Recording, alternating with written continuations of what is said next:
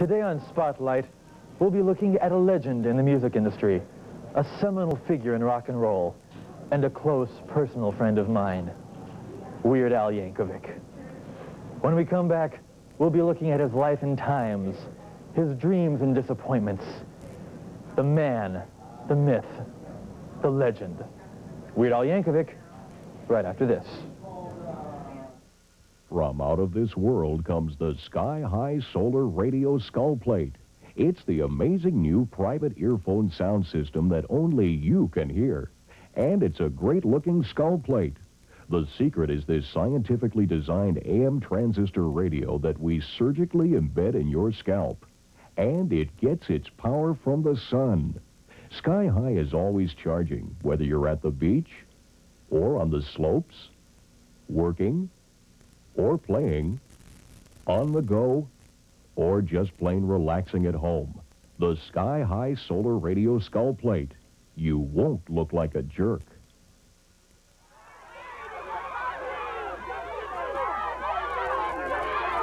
Weird Al, the man, the myth, the legend.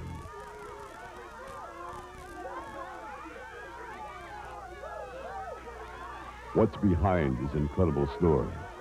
Where did it all begin? Linwood, California. Nothing much ever came from Linwood, a place known primarily for the manufacture of aluminum foil and nasal decongestants. There was little to suggest that out of this provincial setting would come a young man and a musical revolution that would captivate and change the world. Even in these early home movies, we can detect young Al's flair for the theatrical and his uncanny sense of comic timing. Al's 7th birthday party was to play a pivotal role in the formation of his future. His parents never could have guessed the significance of their birthday gift, an accordion. Young Al sensed the joy and wonder that this newfound instrument would bring to his impressionable life. The years passed, like the warm winds following a sumptuous chilly dinner. Al attended Linwood High School, where he took great pride in his schoolwork and extracurricular activities. He is fondly remembered by students and teachers alike. Do I remember Al? He would always wear those Hawaiian shirts, and I remember one day, this is very funny. One day, the funniest thing hit me right in the middle of class. I said, Al, you know those colored shirts you always wear? You know, they remind me of the dorsal coloration of the speckled-bellied salamander.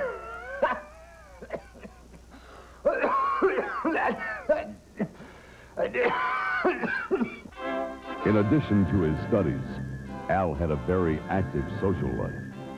Women were naturally drawn to his charm, personality, and charisma. In order to earn extra spending money, Al tried his hand at a variety of part-time jobs.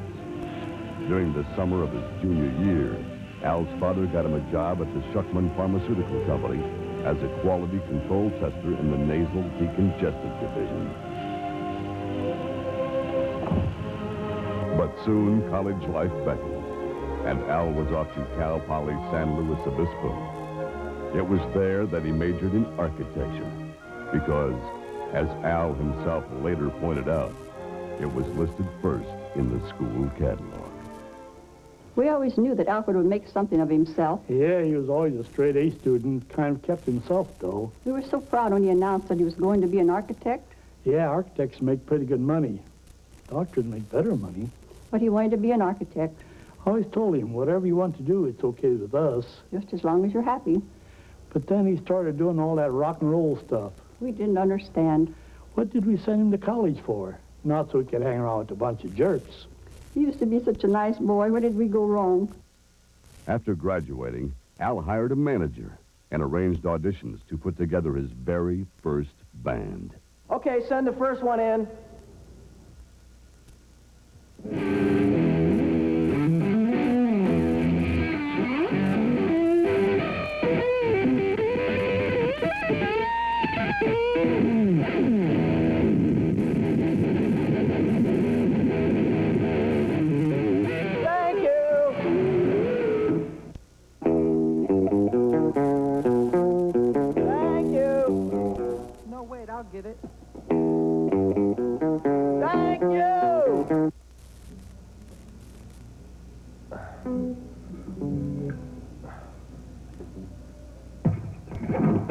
Thank you. Love, I love you.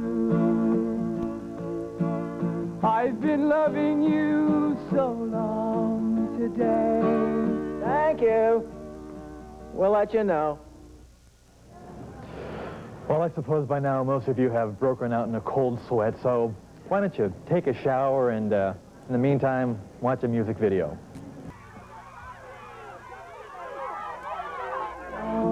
Today. Thank you. We'll let you know.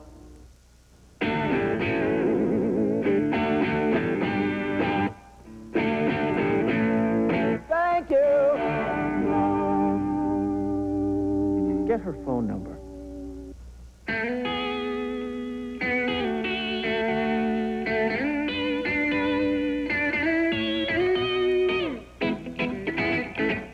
Thank you. We'll get back to you. I don't want to do my laundry. I don't want to do my laundry. Why don't you do it for me? I love your love there, baby, please. Do my little laundry for me. Despite his manager's efforts on his behalf, Al was finally able to put a band together. His first major concert appearance at the legendary Monterey Pop Festival set the musical world on fire.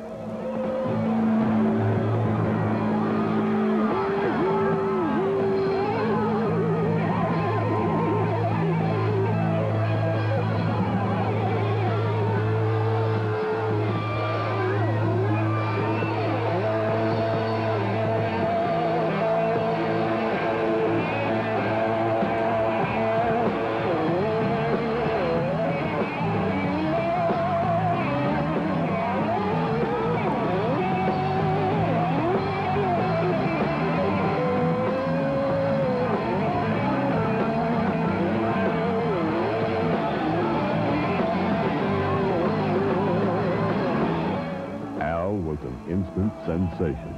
His dizzying rise to fame could only be compared with that of Right Said Fred.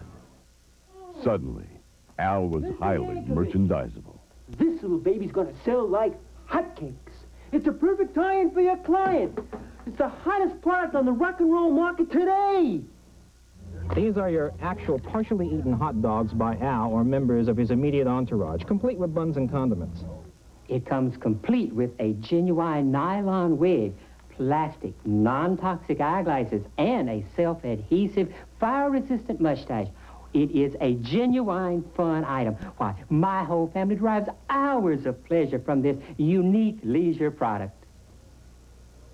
Indeed, the impact of Weird Al on Western civilization and life as we know it was undeniable.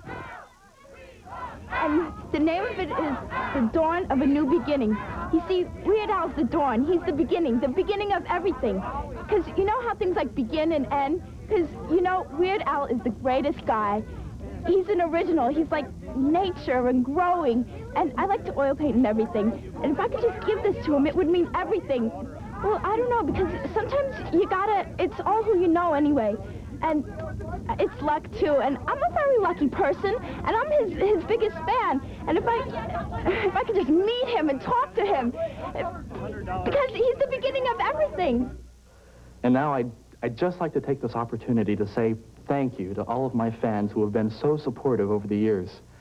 I can't begin to tell you how much you all mean to me.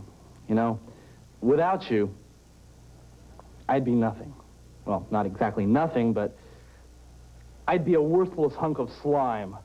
I'd be a horrible, smelly, weasel-faced shell of a man just crawling around in the gutter and eating leftover macaroni and cheese out of the garbage can. I'd be this fat, hairy, disgusting slob with green teeth, talking to fire hydrants and drooling on myself. I'd be less than human. I'd be a pathetic little worm. No, not a worm, a kangaroo! I'd just be this kangaroo hopping along. Did I say kangaroo? I meant an amoeba. I'd be a one-celled amoeba or a paramecium. Yeah, that's it, a paramecium. I can see it now. I'd be this lousy, stinking paramecium, just waving my flagella all around and translocating from place to place. I'd be this... Hey, where you going? Hey, wait a minute. Come back. Hey! Weird Al Yankovic. Where will he go from here? What new worlds will he conquer? Who does he think he is? How should I know?